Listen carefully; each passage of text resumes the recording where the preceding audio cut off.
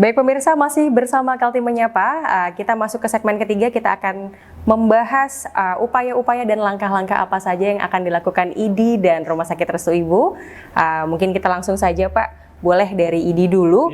Kira-kira langkah dan upaya IDI dalam menyiapkan SDM nih Pak. Tadi kan sudah sedikit banyak kita bahas di segmen kedua, apa aja yang akan dilakukan IDI, penunjang-penunjang apa yang disiapkan untuk dokter-dokternya.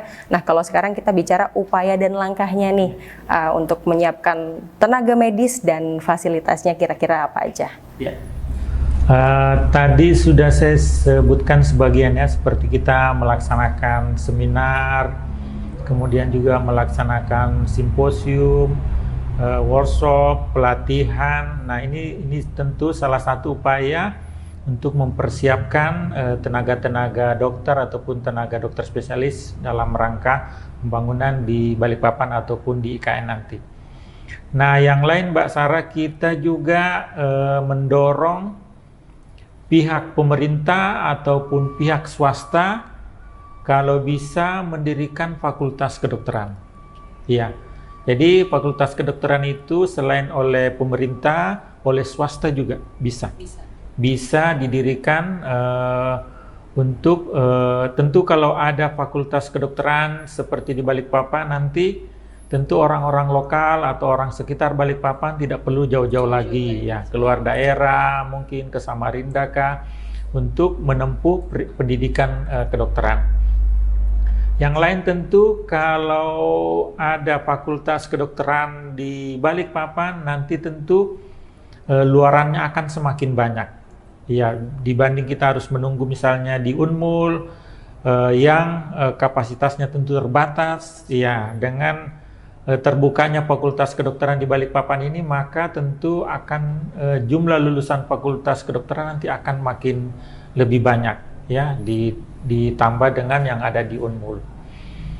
Yang kedua, yang lain tentu kalau ada fakultas kedokteran di Balikpapan ini tentu biayanya akan lebih murah Mbak Sarah dibanding harus terbang ke Jawa, harus ke Surabaya, harus ke Jakarta, harus tentu biayanya akan lebih besar dibanding kita membuat sendiri, mendirikan sendiri fakultas kedokteran di Balikpapan ini. Nah, terkait yang lain tadi, di Balikpapan ini sekarang Mbak Sarah kita sudah ada sekitar 15 rumah sakit. Iya. Ada yang rumah sakit tipe A itu sudah Kanujoso sekarang sudah levelnya tipe A Mbak Sarah. Jadi sama dengan yang ada di Jakarta, sama dengan yang ada di Surabaya, itu levelnya sudah level A. Iya. Kalau di Restu Ibu mungkin sudah masih C. Masih C, iya. Nah, 15 rumah sakit yang ada di Balikpapan ini ada yang sudah level C, ada yang sudah A. Selain rumah sakit yang 15 ini, kita juga punya klinik Mbak Sarah, ada 114. Jadi lumayan banyak kita punya klinik di sini. Yang lebih menjangkau klinik ya Dok ya, kalau jauh dari rumah sakitnya. Nah, klinik ini ada dua jenis, ada yang namanya klinik utama. Kalau yang klinik utama minimal harus dia ada 1 dokter spesialis. Iya. Nah, yang klinik lain ada yang kita sebut dengan klinik pratama, ini minimal harus ada 2 dokter umumnya. Iya. Nah, klinik utama kita ada 10, kemudian klinik pratama kita ada 104. Jadi jumlahnya ada 114 semua klinik yang ada di Balikpapan. Oke, terima kasih Dokter Natsir. Kita beralih ke Dokter Green, masih sama Dok. Ini tadi udah sedikit sebenarnya ada bocoran di segmen kedua. Langkah dan upaya apa nih dari Restu Ibu kira-kira yang disiapkan dalam menyiapkan tenaga medisnya dan fasilitasnya juga seperti apa Dok? Iya, terima kasih. Jadi meneruskan tadi yang sudah disampaikan bahwa saat dengan posisi Rumah Sakit Restu Ibu yang ada di tengah kota dan juga pusat pemerintahan, maka Restu Ibu harus mempersiapkan diri terhadap perkembangan kota ini. Untuk itu tadi sudah disampaikan dengan Dr. Natsir, kami juga sebagai rumah sakit swasta siap mendukung program apapun yang akan dilakukan pemerintah, seperti contohnya untuk pengembangan kampus atau fakultas kedokteran.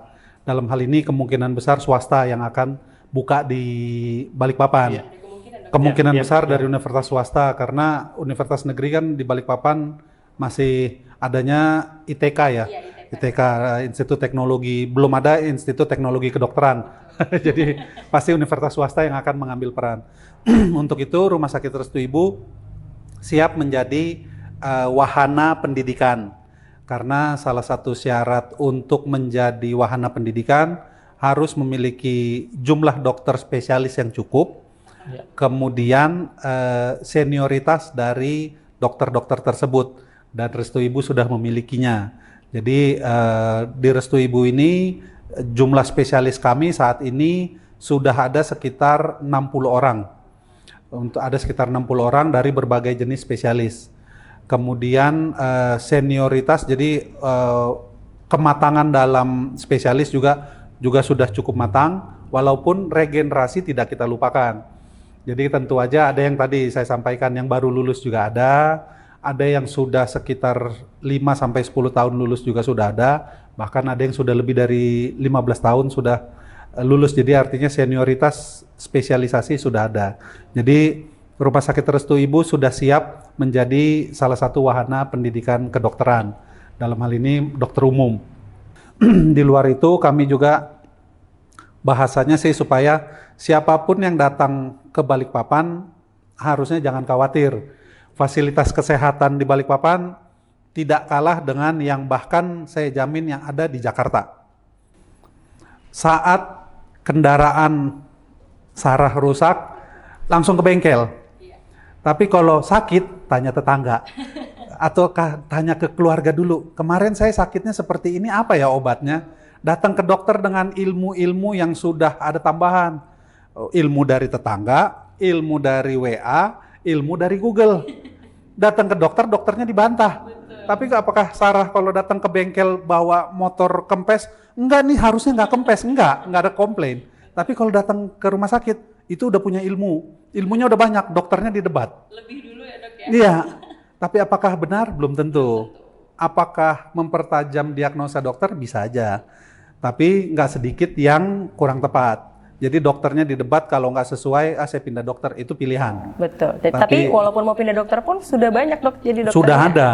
Jadi ya, jadi kami pun di rumah sakit sudah mempersiapkan istilahnya second opinion. Jadi istilahnya kalau nggak cocok dengan dokter ini, dengan banyaknya dokter spesialis yang berpraktek, bisa ke tetangga, cobalah dari tetangga. Kadang-kadang kita juga nggak bisa pungkiri bahwa komunikasi atau edukasi itu perlu. Ternyata udah banyak banget yang disiapkan ya dok ya, dari ID juga, dari Restu Ibu juga, langkah dan upayanya sudah dijalankan. Jadi tenang aja untuk masyarakat yang akan bermigrasi ataupun masyarakat Balikpapan sendiri, itu sebenarnya tenaga kesehatan dan fasilitasnya sudah memadai. Kita masih akan lanjut ke segmen berikutnya dok. Nanti kita akan menyimpulkan nih semuanya, dari tenaga medisnya, dari fasilitas kesehatannya seperti apa. Tetap bersama Kaltim Menyapa.